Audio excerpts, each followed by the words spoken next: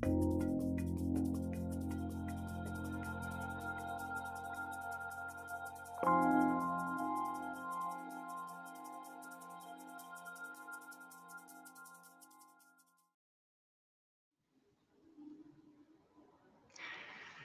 everybody, and welcome to your Ruby Live event. My name is Eric Wynkoop, and I'll be your host today.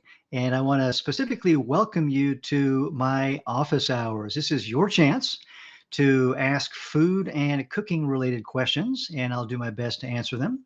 And today I'm going to also quickly mention that there were a couple of earlier questions that were maybe a little, maybe let's say, medical related that we've pulled out and that I will answer separately. Okay, so please be patient with that if you ask questions of that nature. Otherwise, I want to remind everybody to maintain your focus on the realm of food and cooking and try to avoid straying into topics that might be better addressed by your primary care physician or a nutritionist. Okay, and then a couple of other housekeeping items before we started on today's program, and that is if you would like to participate a little bit more directly by either asking a question or providing a comment. You may do so by entering that in the dialog box in the upper right-hand corner of your screen, and it'll make its way to the queue. All right. And then the second item that I like to mention is that if you look at the questions that are already populated on the right-hand side of your screen, if you look at the individual questions, you'll see a heart-shaped icon. And if you click on that, it'll push that question up in priority. And then I'll respond to it a little bit sooner than I would have otherwise. Okay. And so without further ado, let me go ahead and start. And actually, what I'm going to do today is talk about a different topic before I get to the questions. And the topic has to do with recipes and cooking. And this is prompted by a handful of student messages that I've received over the last few weeks. And generally speaking, they go along the lines of, "Hey, I made this recipe in the course, and it's a really bad recipe. It didn't turn out well, and I'm never going to make it again."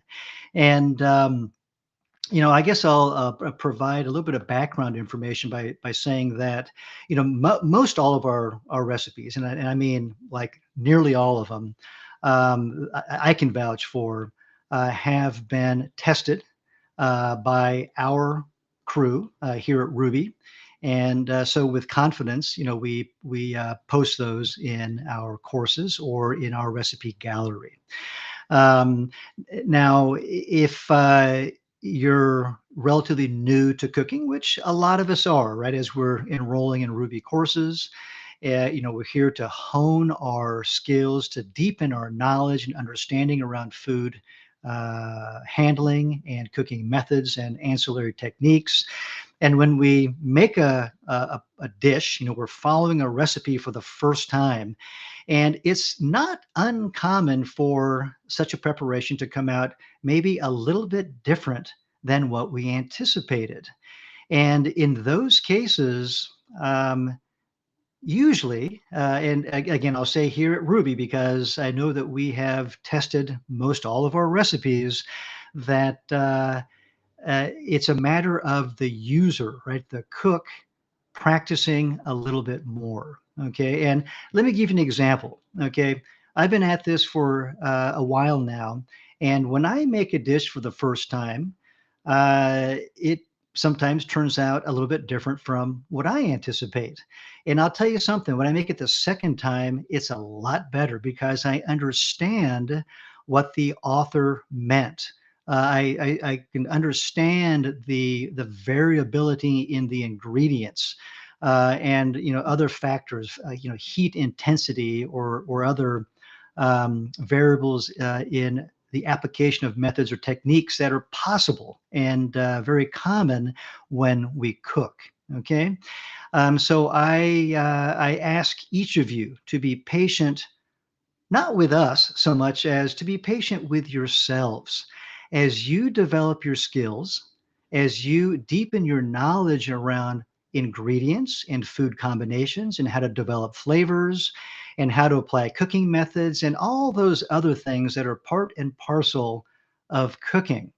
And know that when you make a dish a second, a third, a fourth time, it should be getting better each time as you apply your knowledge and skills. Okay, at Ruby, what we talk about is that recipes are merely a guideline.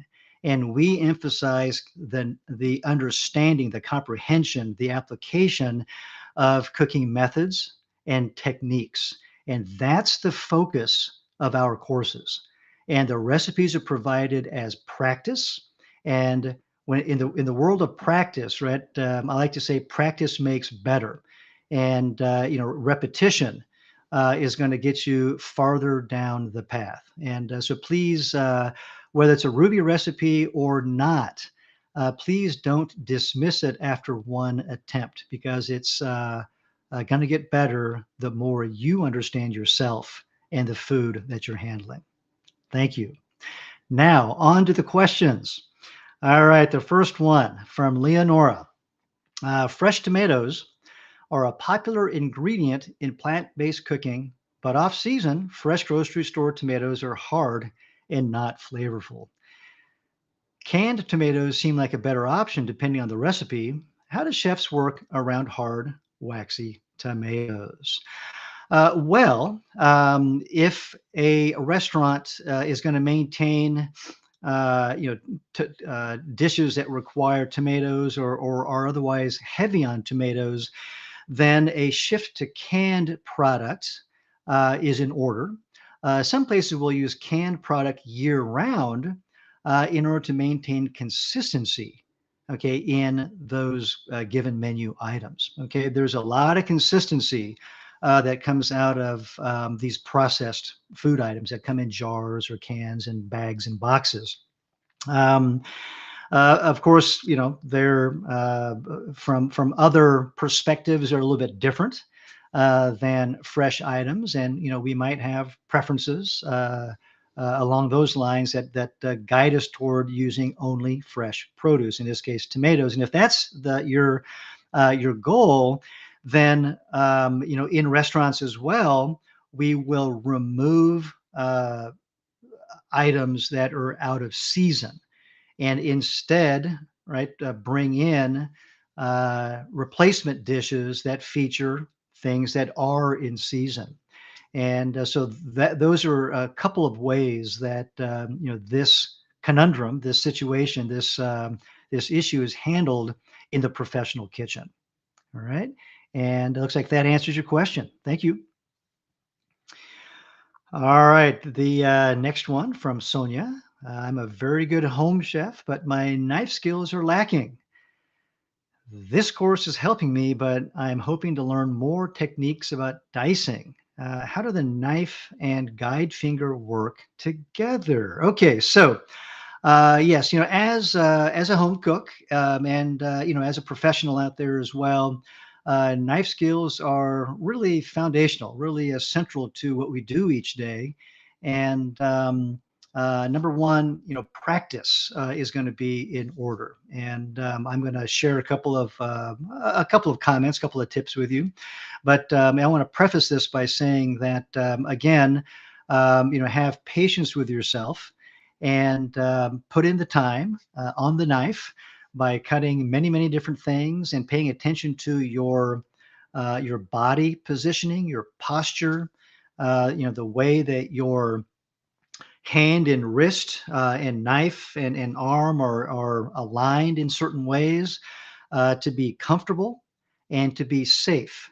It's not uncommon for folks that are on their feet doing long hours of prep work to start to develop aches and pains anywhere from your head to your toes. I mean, everything's connected, of course, and knife skills will put stress on all parts of your body, places that you might not even expect. And so, my first word is always a word of safety and self-awareness. Now, when it comes to guide fingers and knives, if you got your guide finger, we ask that you tuck your fingertips so that they are out of the way of the knife, which leaves knuckles exposed. And your knife blade should come in contact with your knuckle. Now, which knuckle you choose is up to you. A lot of times, our middle finger is the longest one, so that knuckle sticks out. That's most convenient for contact with the knife.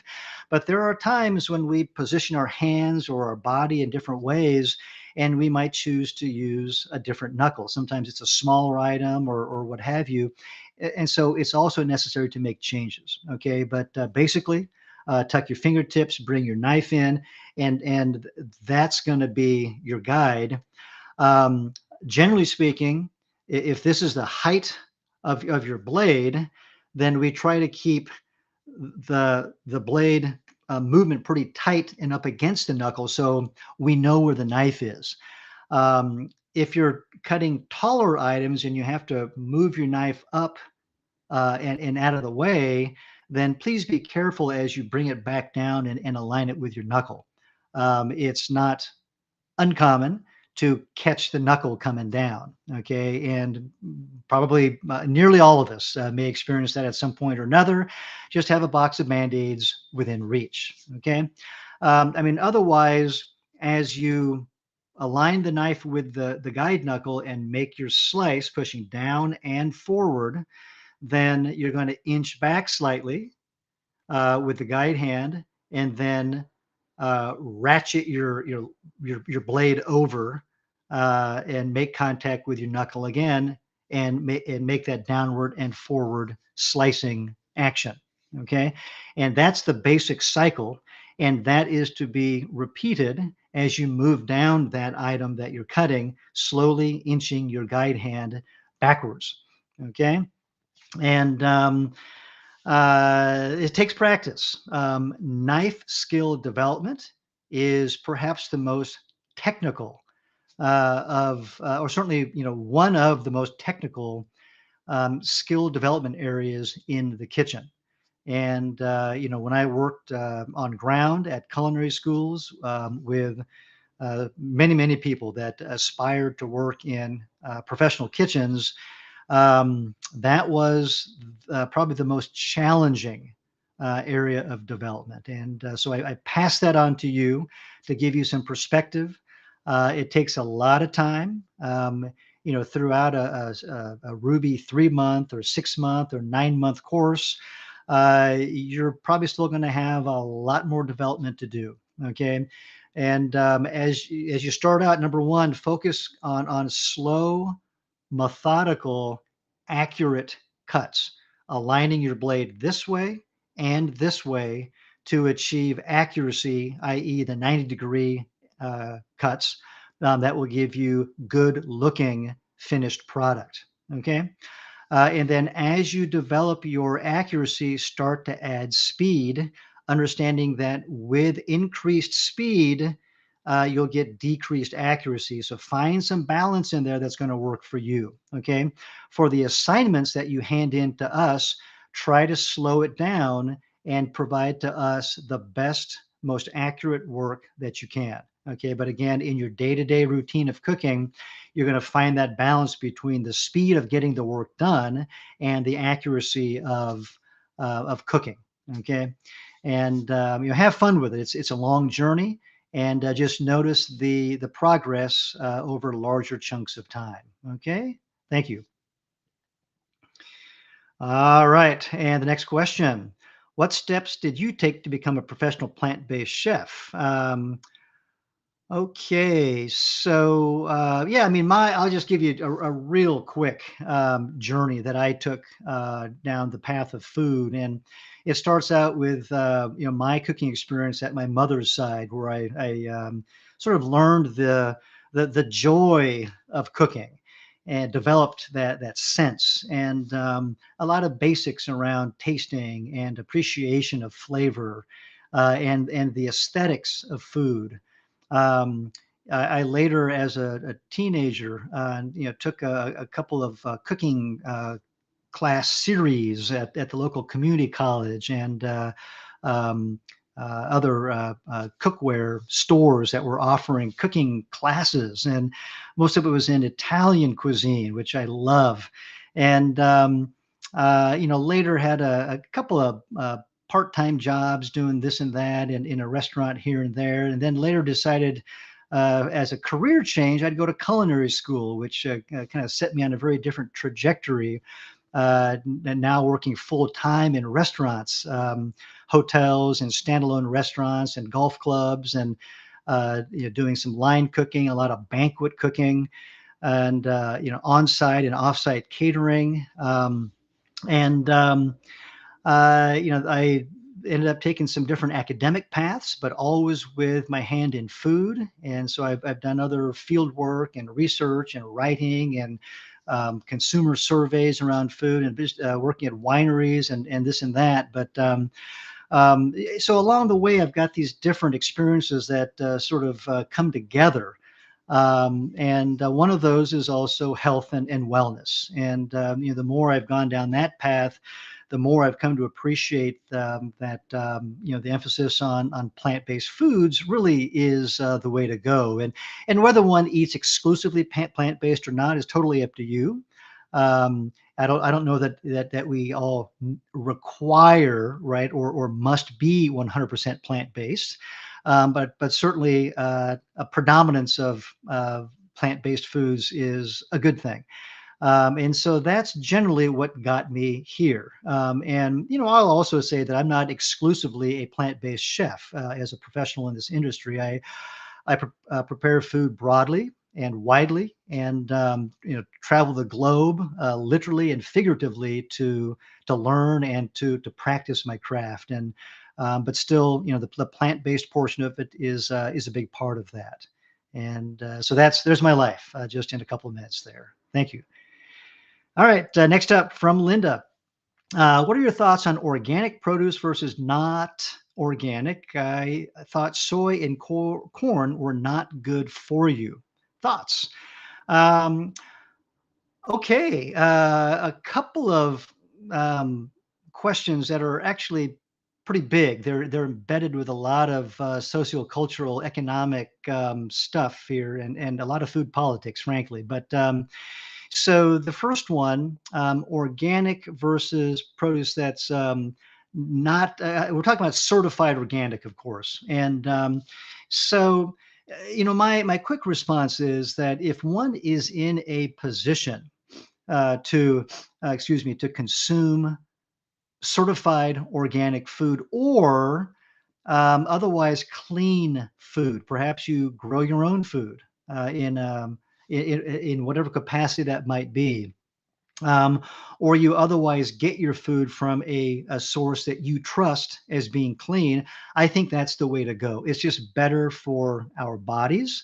It's better for the environment. It's better for the farm workers. And I want to emphasize that component of this big picture. Often we overlook the farm workers for various and sundry reasons, which I won't get into right now because that's a long-winded and politicized topic. But the cleaner the food we can consume, the better it is for everybody, including Mother Earth. But please, understand that if for whatever reason you're not able to access certified organic produce, um, more produce still in your diet is better than less produce. And that produce can be fresh, it can be frozen, it can be canned.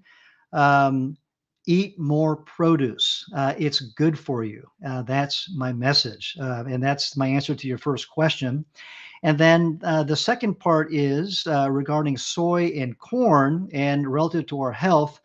I'll say that foods in their natural state are good for us. All foods have the potential to be good for us. It's when we start to alter those foods in one fashion or another or consume those foods out of balance, i.e., not enough of them or too much of them, that they inflict damage on our body, sometimes quickly, sometimes more slowly, but be sure that that will happen over time. Okay, so there's nothing wrong with soybeans. There's nothing wrong with corn. There have been folks in this world that have been consuming those foods as a staple product for not just decades or centuries, but a long, long time, and without ill effects. So long again as you're consuming clean product, natural product, and you're eating a balanced meal and overall balanced diet. Okay, I think that we start to run into concerns, and this is me talking, and there's probably some other evidence out there to back this up. And it's a difficult topic sometimes to talk about because of sort of the guarded nature of the industry here. But we're talking about, I think, genetically modified foods. When you highlight soy and corn and you ask the question, I thought they weren't good for us. Now, my issue primarily with GM foods like corn and soy, which in the case of the United States agricultural system, GE corn and GE soybeans comprises by far the majority of those industries, well over 90% of those two categories of food products.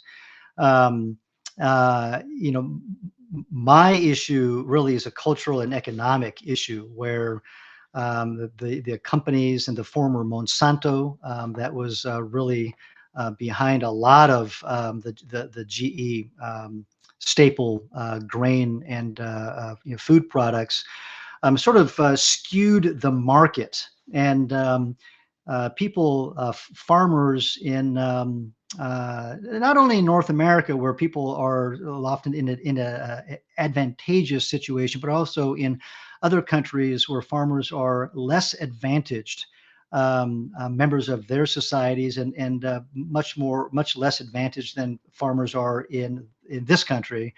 Um, they were put in a situation where once they started using the GE product, the genetically engineered product, it was under contract, and those seeds aren't. They'll produce food, but you're not allowed to keep the seeds for the next growing season. Okay, whereas and that's by contract. Okay, with the company from which the farmer purchased the seeds, and so the farmer is then in a position where they have to go buy seeds every year, which costs a lot of money, and also runs contrary to the tradition of farming, where a portion of seeds are set aside to be sown the following year. And so an element of sustainability is lost, and instead the economic relationship is emphasized. Also, those seeds are engineered or designed to be coupled with fertilizers, with those chemical inputs that are produced by the same company that sold you the seeds. And so once again, the farmer is bound by contract to use this set or this suite of items in order to farm in subsequent years. And it creates a pretty difficult relationship for the farmer, and one which is a lot less profitable. That's really just the tip of the iceberg. There are other concerns that are associated with this bigger picture. But again, it's a difficult one to wrestle with because of the way intellectual property rights are handled in this country, and the way the court systems have favored big business over the individual farmer, and so on and so forth. But to get back to the heart of your question, Linda, there's nothing inherently wrong with soy and corn. All right, thank you. All right, next question. I wanted to know how to make burritos in a fry pan without using oil so the tortilla doesn't stick to the pan. This is a tough question, and the answer I think is going to be to use a non-stick pan. As we start to make some of these significant changes in the kitchen, in this case to omit oil, then we must make other changes to compensate for the role of oil. And in this case, for particularly sticky items, like the burrito that you've mentioned here, I think the non-stick pan or some sort of non-stick surface is going to be the way to go. Um, now, you might do some experimenting here. This is option number 3. There's oil, there's nonstick pan, and let's try this third one here. Um, if you got a stainless steel pan, and you're gonna have to do some experimentation with the temperature of the pan, but you might be able to get a thin metal spatula underneath that burrito and sort of pop it off the surface of the stainless steel pan, um, without it sticking or sticking too much. What you're probably going to get is one side that's crispy. It's going to be caramelized and crispy, which is going to create a different experience, I think, when you eat the burrito. But that's those are the ideas that I would suggest. All right, thank you. And next up from Bill, what's the best all-around gourmet salt for cooking? There are many, many salts out there and many wonderful salts for cooks to use. And I don't think there's one that really is the best. I think if you talk to other cooks out there in the pro world, people have their opinions, but I'll kind of leave it at that. I think that each region of the world produces a beautiful salt, and I've got a friend in Guatemala that produces some wonderful salt, and I've had salts from Hawaii and southern Japan and France and from Maharashtra and on the west coast of India. And they're all beautiful. They're all wonderful. They all taste different because the mineral content is different. Um, right now, some of the more accessible and probably affordable salts are going to be some of the pink Himalayan salts, which are relatively tasty. Um, but give it a try. And some of these things that are available to you. I don't think it's necessary to go to a gourmet salt store, and pay 25 or $35 a pound for salt. I think there's tasty salt at a much lower, more reasonable price point that you can use on a daily basis. And if you're in a position to use something like Fleur de Sel or a Malden, gray salt or something on a daily basis, that's good too. We talk about those salts as being finishing salts, but only because they're expensive. Do we relegate them to this occasional use category? But if you're in a position to use these wonderful flavored salts on a more frequent basis, please do so. It'll only make your food more enjoyable. All right, Bill, go forth and enjoy. Thank you. All right, next up from Nicole. A lot of recipes use nuts. Any recommendations for alternative due to nut allergies?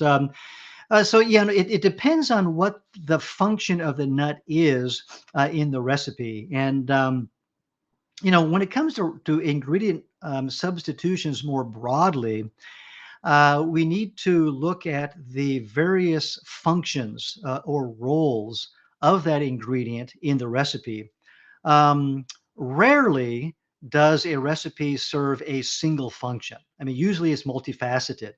And so, we'll need to look at multiple ingredients as a substitution for that one ingredient that we're omitting. So please keep that in mind. When it comes to, nuts, sometimes beans can serve that purpose. Now, one difference between those two categories of food is that nuts tend to be fatty and beans tend to be astringent. which are that opposes each other, especially from really talking about from a culinary standpoint, but even from a sort of a function in the body standpoint, where astringent foods can dry out the food, your body, excuse me, from the inside if eaten in excess. Okay, but we're not going to do that, right? We're going to maintain a balanced diet. But what I'm getting at is if you're substituting beans, then you might consider adding some fat, right? So whether it's a fatty ingredient, like a whole food, or some oil, in order to bring in the mouth feel from that culinary perspective, that would change, right? Once you pull out nuts and bring in something like legumes. Okay. Maybe other seeds like sunflower seeds could be a substitution. Those are going to be oily. They're going to have many similar properties to nuts. Um, Keep in mind that the flavor will shift, right? Whether we're using a seed in place of a nut or a bean in place of a nut or something else. So as we make ingredient changes, please be open to a slightly different end product, and sometimes a very different end product, depending on how much of a change we're making to our world of cooking. Okay. So Nicole, when you run across specific examples where you want to pull out nuts, please send us a message at support@rouxbe.com, including the recipe that is the original recipe. And we can go from there and do some troubleshooting and find a solution that will work for you. Okay. Thank you. And next up from Shar, welcome Shar. A rice question. For making risotto, I will use arborio, carnaroli, or vialone nano. Right now, I only have sushi rice. In an effort to use what I have, what are your thoughts about using sushi rice? Maybe not rinse it. Okay, great. Sushi rice, I mean, otherwise known as generally as Japanese style rice in a short grain or medium grain, um, has a high percentage of amylopectin. It's sticky. It's got that starchiness to it. And if we want to replicate a risotto, I think certainly we can use that. And a couple of other thoughts come to mind, Shar, that I'll share with you. And that is, I mean, first of all, if one is going to be making the risotto graded assignment for your course, your Ruby course, I'll ask you to please go out and buy some arborio, so that we can, enjoy the desired outcome for that somewhat specific activity. Okay, and what that sets us up for is understanding of the broader application of the risotto cooking method. Okay, so there's a risotto dish, which is more specific to the type of rice that's used. And more broadly, there's the risotto cooking method, which can be applied to fundamentally any grain. Okay, where we're adding liquids little by little, letting them absorb before we add more liquid. We're watching this process and we're stirring it and coaxing out starches. And so we can do that with Japanese style rice as well. Okay. In fact, in the Japanese kitchen or Japanese cooking, there's a dish. It's called okayu or ojiya.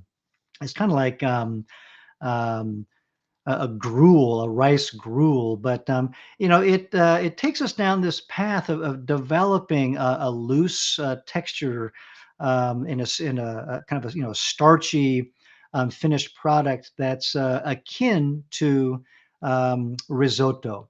And so it certainly is within the realm of using Japanese rice and applying the risotto cooking method to come up with something that is a kissing cousin of sorts to risotto.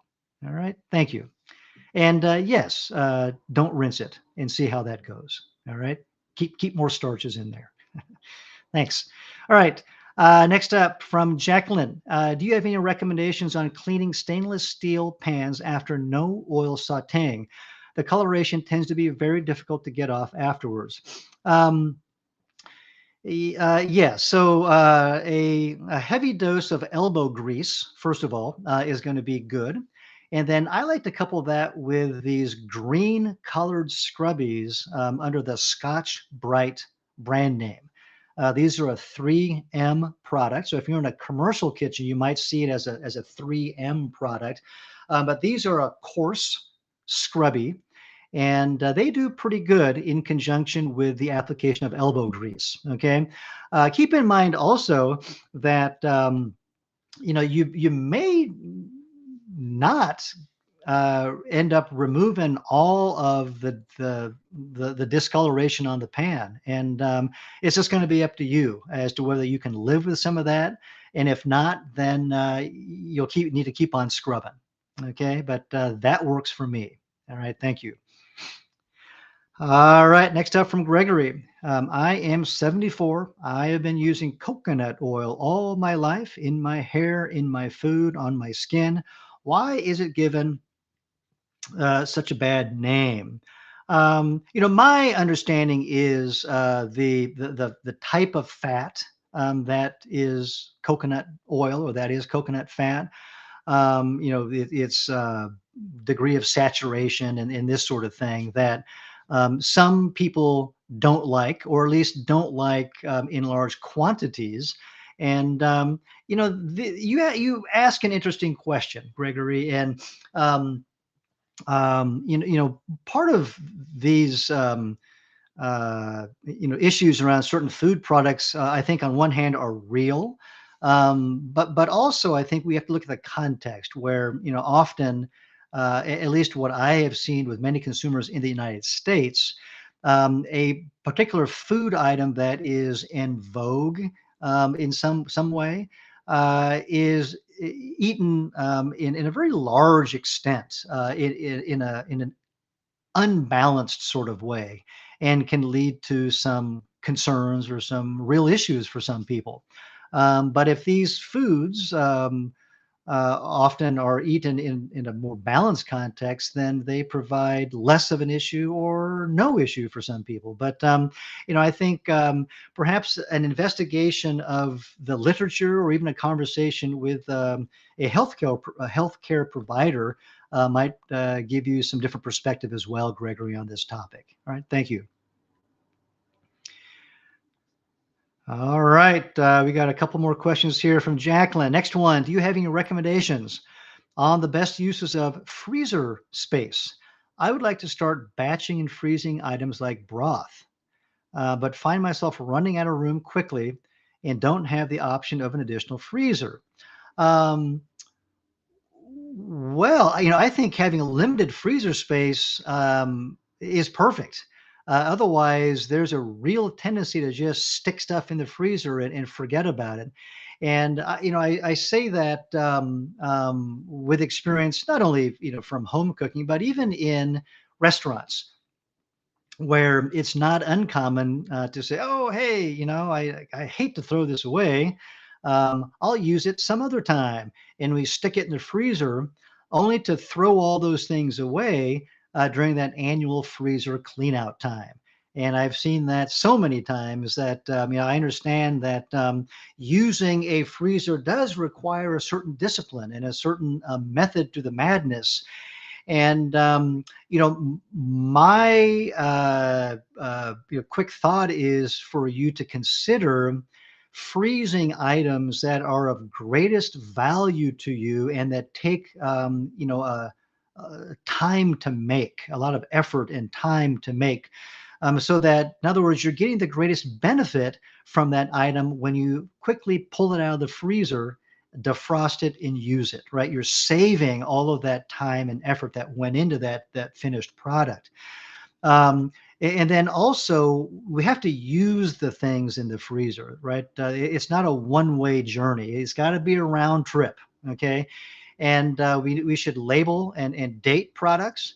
And whether it's a week has passed or a month has passed or some other interval, start pulling it out and start using those things to prepare your meals. And so you create a cycle, right, of these things going in and these things coming out. And that's important because things in the freezer decline in quality. Anything that we hang on to in the food world is going to decline in quality at some point.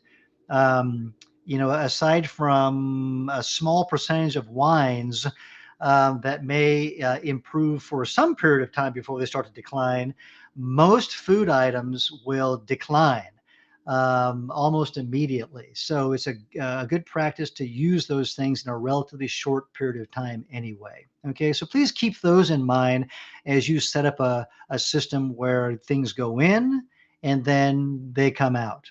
Okay, and think about value, the value of your time and effort, and how you capture that in the freezer. Thank you. And then the next question here, can you make fruit pastes without dehydrating fruit? Like if I purchase a regular mango from the store, which is cheaper than dehydrated products, can that be used directly? Yes, when we can certainly use fresh fruit. And uh, when we blend those things or put them in a food processor, we call that a puree. Okay, rather than a fruit paste. A fruit paste really denotes something that has been dehydrated to some extent or another. It's going to be just much more thicker, much more thick in its consistency. Whereas fresh product is high in water content, and once we blend it, we call it a puree. They're a little bit different, in terms of concentration of flavor, aroma, color, texture, and so they're not always used in the same way. They're not. In other words, they shouldn't be used in the same way. Where water content modulation is important, or if you need a particular intense shot of flavor, from a dry product, then the fresh product is probably not the best choice. Okay, so there might be some overlap in how we use them, but there's certainly a different place when we use those things as well. All right, thank you. All right, Samantha, what's the best way to test spices and spice blends to see if you like them before using them? I made 5 spice blend and didn't like most of the ingredients, but didn't mind them with a dish once it was made. Okay. Um, I mean, this can be challenging, right? Because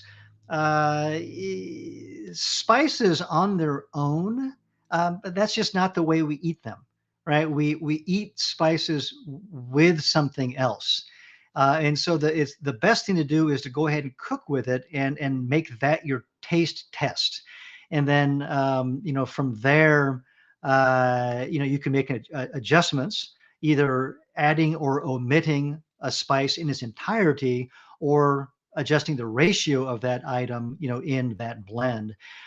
Part of it is certainly going to be some faith or some trust.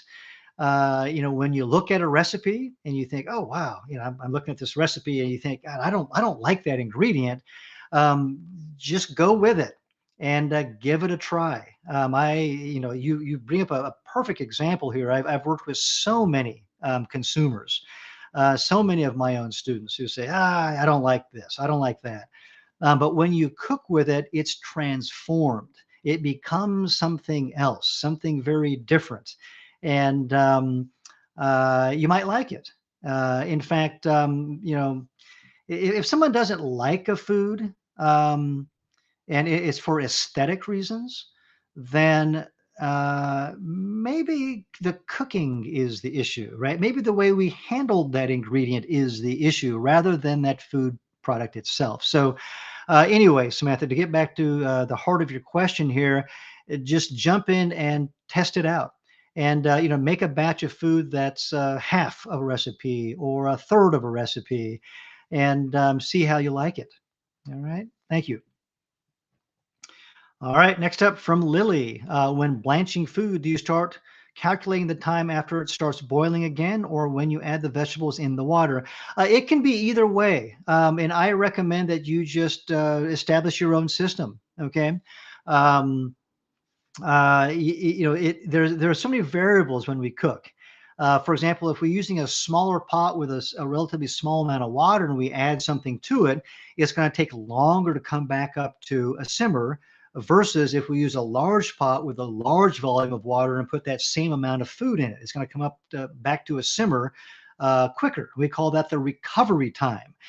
And so, based upon your specific kitchen situation and what you do, you should set up your own sort of SOP or standard operating procedure, which may differ from the recipe that you originally look at. Okay. And this is a great question that you ask, and it exemplifies one of the many variables in the kitchen and why we need to practice and make the process our own. Okay, but please give that a try, whether it's from the get-go or once the recovery time is passed and you start your timer. Okay, thank you. And next question. Thank you very much for everything. My question is it possible to provide us with the types of oils and which type is best for each cooking process, such as frying, browning, sauteing, etc.? You should just use one oil. I mean, you could just use one oil. There's really no particular reason why you need to have a whole bunch of different oils. Find an oil with a relatively high smoke point, and usually that's going to be a refined oil. Okay. You can certainly use any other oil you want, but you'll need to control the temperature so you're not getting close to the smoke point. I mean, understand that as we heat oils, they start to change themselves and probably in ways that are not so good for the body. Some would argue that using the oils in the first place are not so good for the body, but let's put that issue aside for just a moment and talk about just the cooking here. So, I recommend finding one that's got a relatively high smoke point, and just use one. And it's going to be good for frying and for sautéing, right? Or otherwise the impartation of browning. All right, thank you. All right, next up, I am whole food, plant-based, and no salt, oil, sugar, right? SOS. I love to make Oriental food. So Oriental means East. So I take this as East relative to Europe as being the center of the world. The East was Asia, and the Orient versus the Occident was the Eastern, far-reaching Netherlands of Asia. So I'm thinking Japan, Korea, China. Okay, when I read this, what can I use instead of sesame oil, oyster sauce, fish sauce, etc.? Okay, so this is a great question. It's one of these questions that sort of bumps us up against all these changes that we want to make, right, in our kitchen. And these are restrictive changes that we're talking about. And so changes in our rules of playing the game require a lot of changes in our expectations for the finished product. Okay, and for many years in this part of the world, in East Asian cooking, we might even call it, we might say that it's the tradition now, right? That oils are used and that salty condiments are used and plant-based or, I'm sorry, animal-based or fish-based sauces are used. And so as we omit these things, we need to make sacrifices as consumers. And we need to allow our bodies and our brains, much of it lies right here. It's our expectation and our allowance of ourselves to enjoy something different. Okay. And that takes time, first of all. That's very important. In life, I believe, it's a 90% mental game. And certainly when it comes to changing our food intake and our diet, it is 90% mental.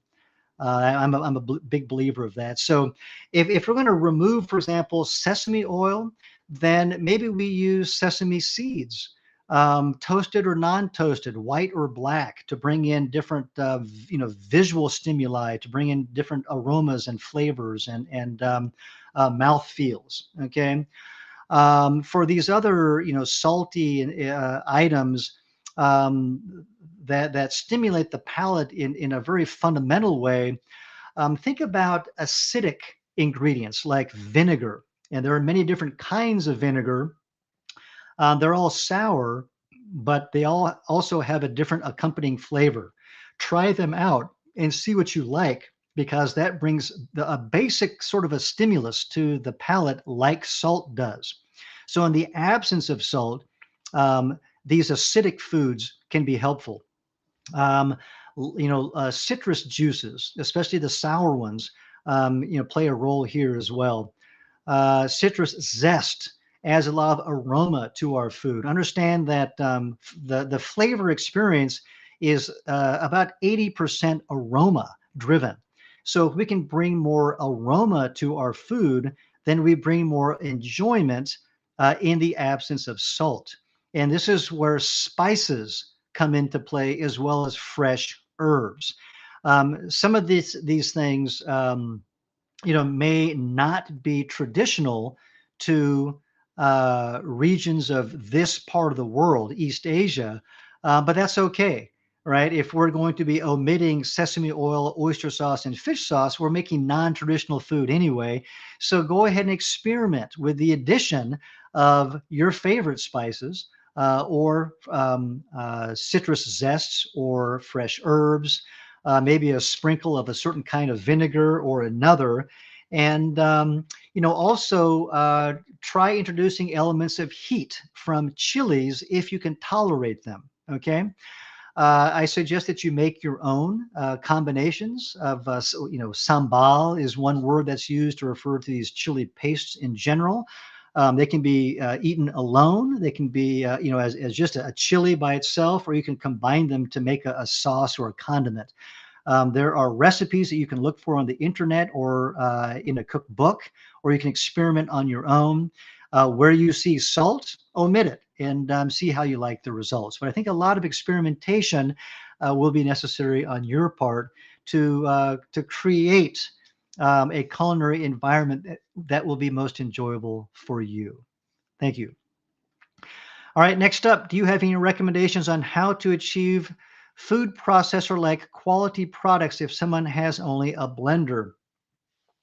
It can be challenging. When we compare a blender and a food processor, some of the applications overlap. So, in other words, in the absence of a food processor, we can use a blender. But there are other times when a food processor just seems to do a better job than a blender. You know, if um, if you yeah, I mean, if you want to go back to some old school processing, we're talking about a saddle quern and a grinding stone.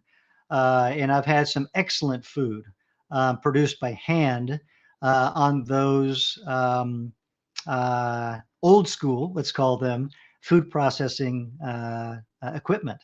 But that's not a sacrifice that most of us want to make in our own homes these days. So, either we deal with what the blender gives us, or we splurge on a food processor.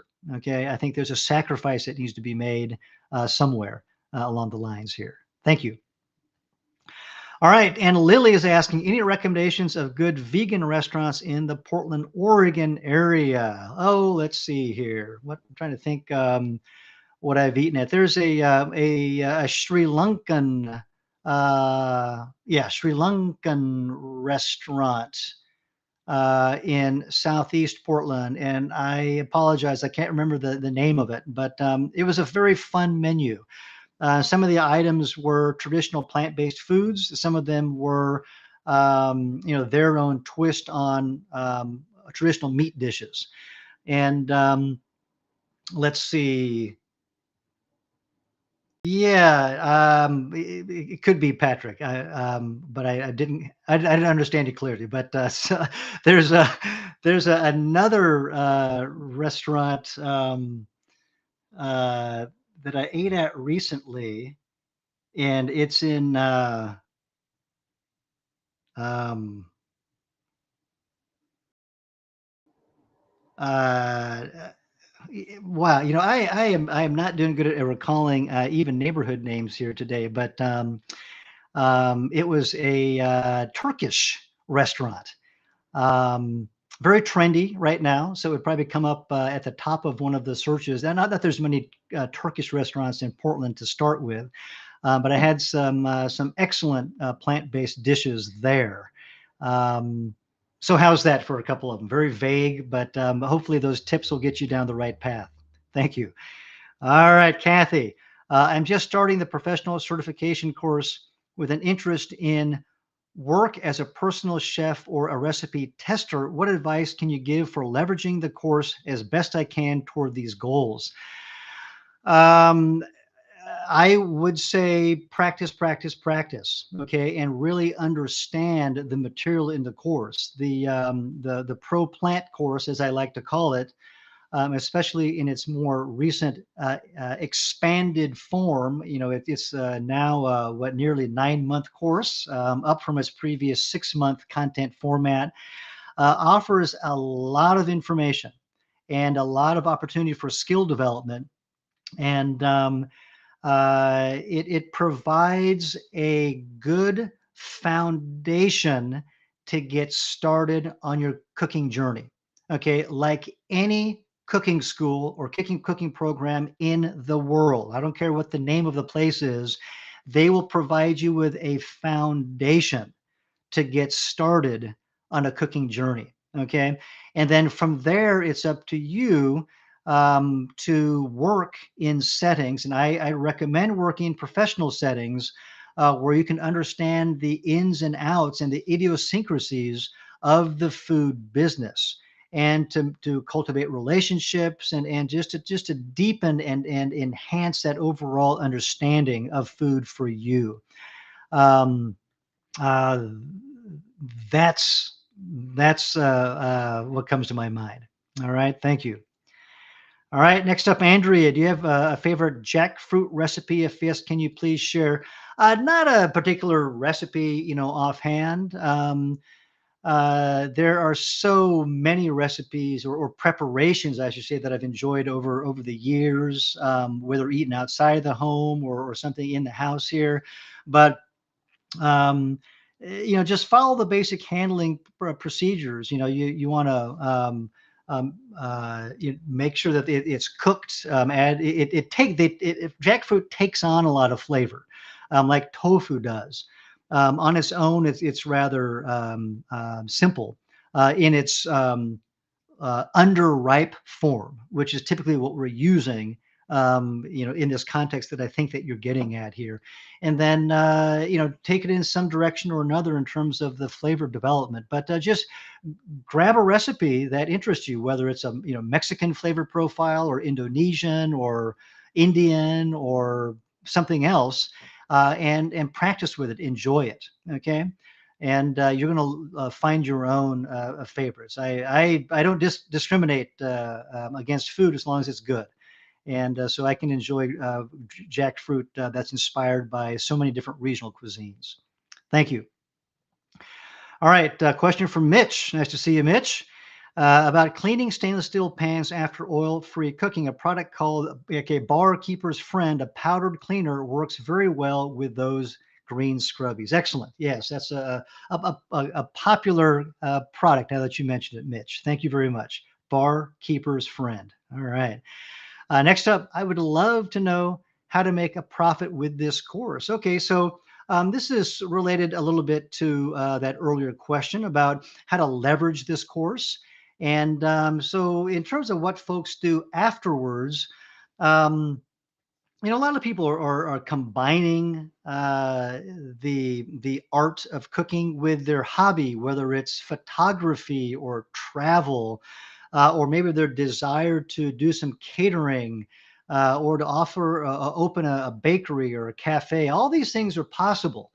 I strongly suggest that when it comes to opening a food-focused business, like a cafe or a bakery, that you work for somebody else for a while to understand the ins and outs of that business, because otherwise the food industry or the food business can be a very good way to lose a lot of money very quickly. And I'd hate to see you do that. So understand the business first before you get into opening your own storefront. Thank you. All right. And Janet says, I'm planning to switch from a gas to an induction range. People say it takes getting used to. So, how will it affect plant based cooking? I don't think it affects the plant based cooking per se. It's just a matter of learning how pans heat up and cool down and do those sorts of things that you have to get used to. Just think about any other source of or fuel source for cooking. Like if you're cooking on an open fire at a campground, that takes some getting used to as well. If you're cooking on your grill outside the back of your house, that takes a different sort of getting used to. It could be on charcoal, it could be gas, it could be on sticks. All of that takes some getting used to. I think that's what that means. In my experience with induction ranges, would reinforce that. All right, thank you. All right, next up, I always thought that you should not crush dried herbs in your hand because you didn't want to lose any of the flavor. In the Forks Over Knives course, they recommend that you crush the herbs prior to adding them to your cooking. What are your thoughts? Either way, it's not a big deal. It's not a deal breaker or a game changer, in my opinion. The reason why someone might crush dried herbs is if they're a little bit on the big side, because let's say whole leaves were dried, and you want to break those up into smaller pieces, whether for a visual aesthetic reason, or maybe you want to increase the surface area in order to draw out flavor faster in that liquid medium to which you're adding the herbs. So I think there are definitely reasons why you might choose to do that. But if you prefer simply to use the whole dried leaves, that's fine as well. That becomes a personal decision. Try them both ways and see how you like it. Thank you. All right, from Marco. Can you cook tomatoes on a carbon steel pan? And how do you deglaze it? Can you use alcoholic beer and wine? I'm looking for a pan that I can use on a grill, and it seems carbon steel is good for that purpose, but it has some drawbacks. So let me run through your questions one by one, and I'll provide a quick response to you. First of all, yes, you can use a carbon steel pan, for tomatoes. In fact, in the context of Mexican cooking, we see tomatoes cooked to some extent or another, often on a steel comal, which is a carbon steel pan. How do you deglaze it? Just like you would any other pan, and the liquid can be anything you want. You mentioned a couple of examples, beer and wine. Certainly it could be that, as well as water or fruit juice, for example. You get to pick the liquid based upon how you like the end results, knowing that it's going to be reduced. Whatever is in there, whether it's sweetness or bitterness or other aspects of the flavor, will be concentrated and will shift very often. And so just give it a test and see how you like the end results. Um, let's see. Yeah, in terms of cooking on the grill, carbon steel, yeah, carbon steel works great. You bet. But you can certainly use other pans if you don't mind them getting, black stains. Which is kind of a badge of honor in a way, right? It shows that you've been doing some cooking. So yeah, choose whatever cookware that you want to use, and give that a try too. I think all this stuff is worth practice, worth testing, and you will find a combination that works best for you and your preferred aesthetic. Thank you. Let's see here. Okay, so Bill is suggesting Blossom Lotus in the Lloyd district, so on the east side of Portland. blpdx.com. Thanks for sharing. And then Patrick has posted Mirisata. Yes, there it is. Excuse me. Yeah, Portland's only vegan Sri Lankan restaurant. Thank you, Patrick. And then Cynthia's asking, can you share any tips on catering an out of town event? Wow, this is a potentially a larger discussion topic, Cynthia. So what I'm going to do is I'll share just a couple of quick thoughts here, and then I'm going to follow up with you and send you some other notes that I have. Okay, but you know.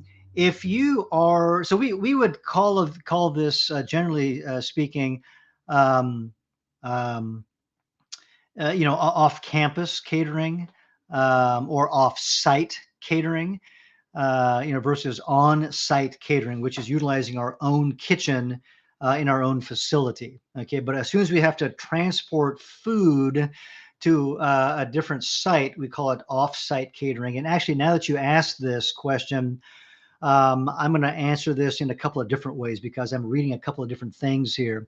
So one would be that you're prepping food in your own kitchen, but you're transporting it to a different location.